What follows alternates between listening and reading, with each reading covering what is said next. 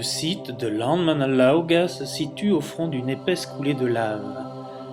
Lorsqu'on emprunte le sentier de randonnée, on remarque vite que la coulée qu'on traverse est constituée par une roche noire à l'aspect brillant tout à fait caractéristique, l'obsidienne.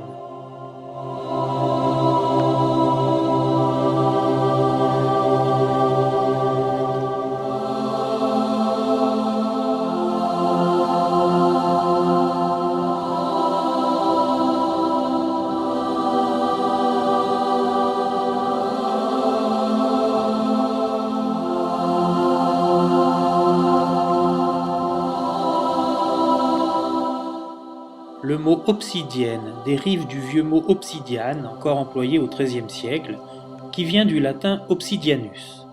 Pline, dans son Histoire naturelle, écrit que ce mot provient du nom d'Opsius, un personnage de la Rome antique qui signala en premier la présence de cette roche en Éthiopie.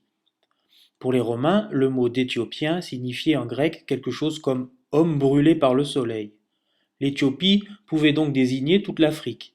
Cependant, dans l'Éthiopie actuelle, on trouve bel et bien quelques rares coulées d'obsidienne en pays Afar.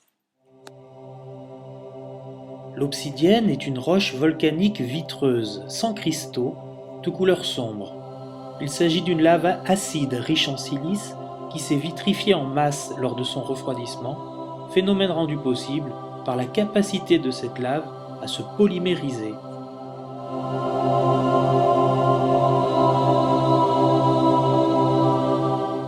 Cette roche peu commune est aussi abondante sur l'île de Lipari, dans l'archipel éolien. La coulée du Monte Pelato est associée à une abondante nappe de pierre ponce issue de la même éruption. La ponce se forme à l'occasion du dégazage du magma qui forme une sorte de mousse. L'obsidienne provient du même magma mais est débarrassée de son gaz. L'analogie est facile à faire avec un verre de bière.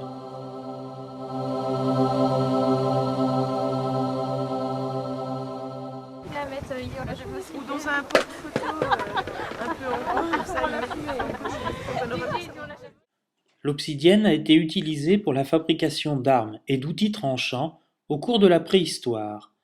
Sa cassure particulière, dite conchoïdale, nette et franche, permet d'obtenir des tranchants extrêmement fins. Cette taille est un travail qui nécessite un grand savoir-faire et beaucoup de finesse. C'est bon,